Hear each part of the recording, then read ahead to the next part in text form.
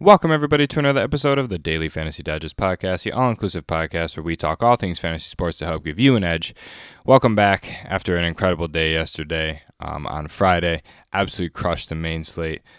Everything just went completely well for what was planned. Max Kepler went yard, which is incredible. We had Joey Lucchesi at pitcher with Zach Greinke, who both went off. Cardinals bats were a little slow, but still got the hits. Goldschmidt had a few, and so did Colton Wong, who's great. But nonetheless, the stack just went incredible. Polanco, Kepler, everybody went off. So it was a cash day for me. Easy depending on who you put in for the rest of the remaining spots.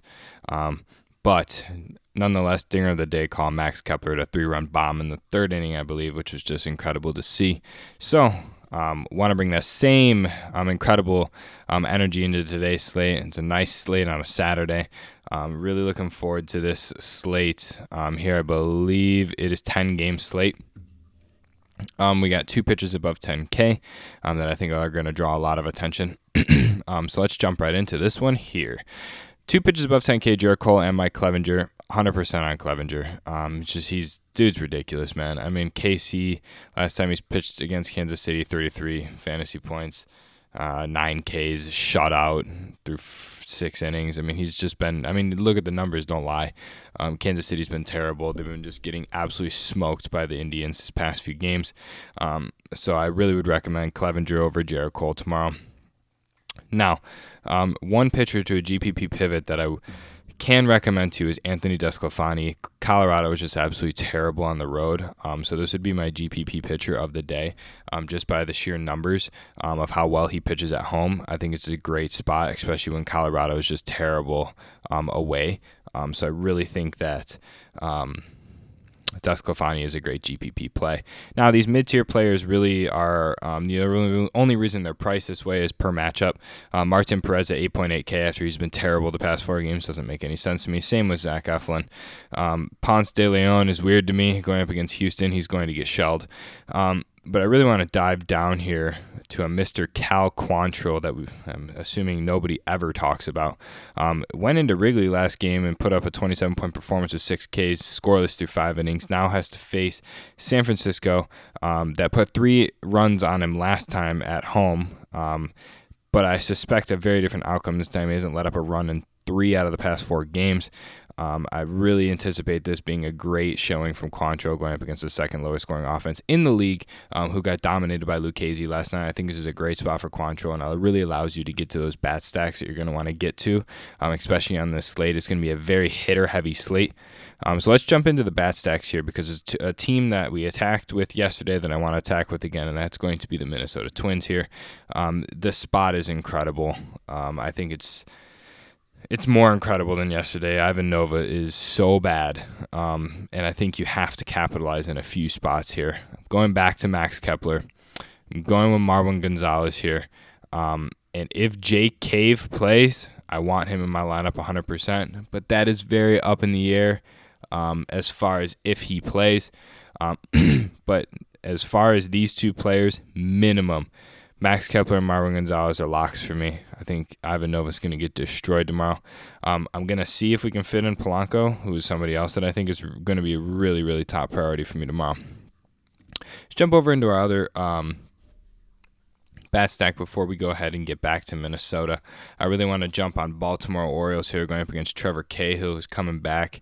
I really want Jonathan Villar. 3,700 Jonathan Villar with stolen base upside and just put up a 38-point performance is ridiculous to me. You have to take advantage of Villar here on the slate.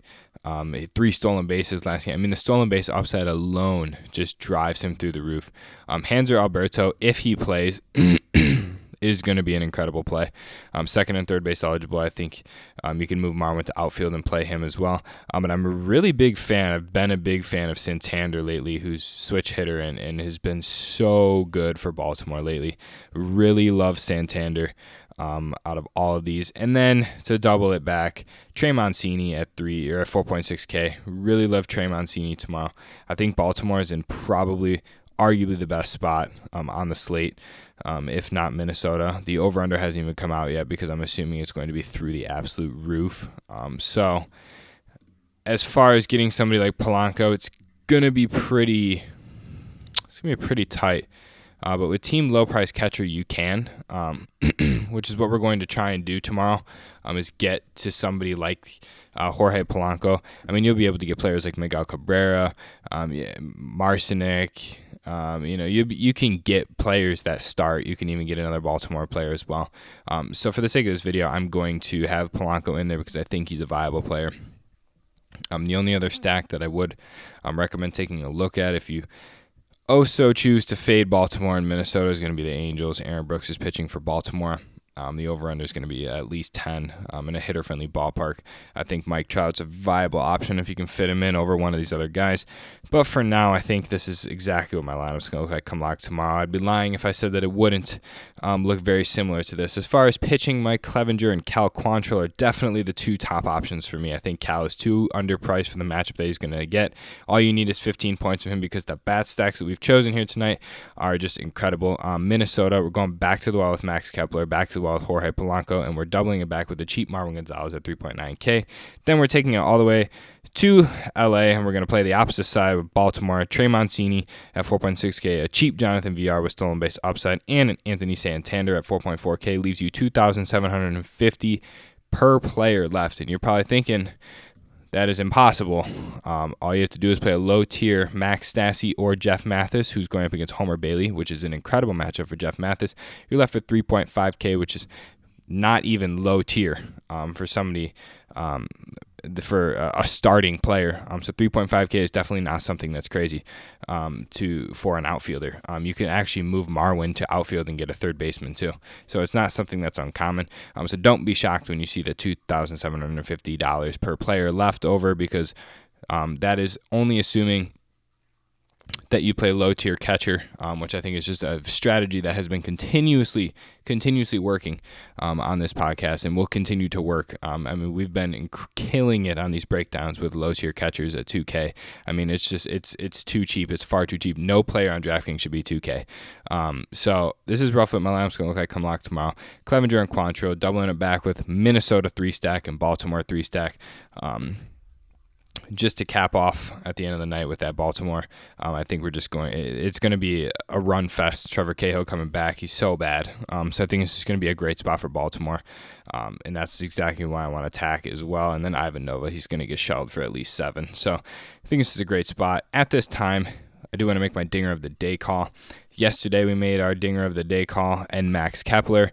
Although I do think he can homer 2 days in a row, I'm going to make my thumbnail of this video and dinger of the day call. Trey Mancini over here on the Baltimore Orioles has hit 2 homers in back-to-back games. I think he goes for another one here against Trevor Cahill. I think Trey Mancini's in an incredible spot. He's got 23 homers on the year, 8.8 fantasy points per game with a 282 average. I think Trey Mancini's going to be an incredible spot tomorrow. I think you want to lock him into all your lineups that you possibly can. It's going to be the dinger of the day call and the thumbnail of this video, so keep that in mind. Now, I want to appreciate everybody for staying tuned for this video. Like and comment down below. Let me know what you thought of the breakdown. Subscribe so you can stay up to date with all the content because we are here for every day, breaking down every main slate that we can. We'll have some fantasy football content coming out in a few weeks, so follow us on Twitter at @FantasyDigest_ so you can stay up to date with that, as well as all the giveaways that are dropping in the next coming weeks. So with that being said, good luck to everybody tomorrow on the Saturday main slate, and we'll see you on Sunday for another breakdown here on the Fantasy Digest podcast.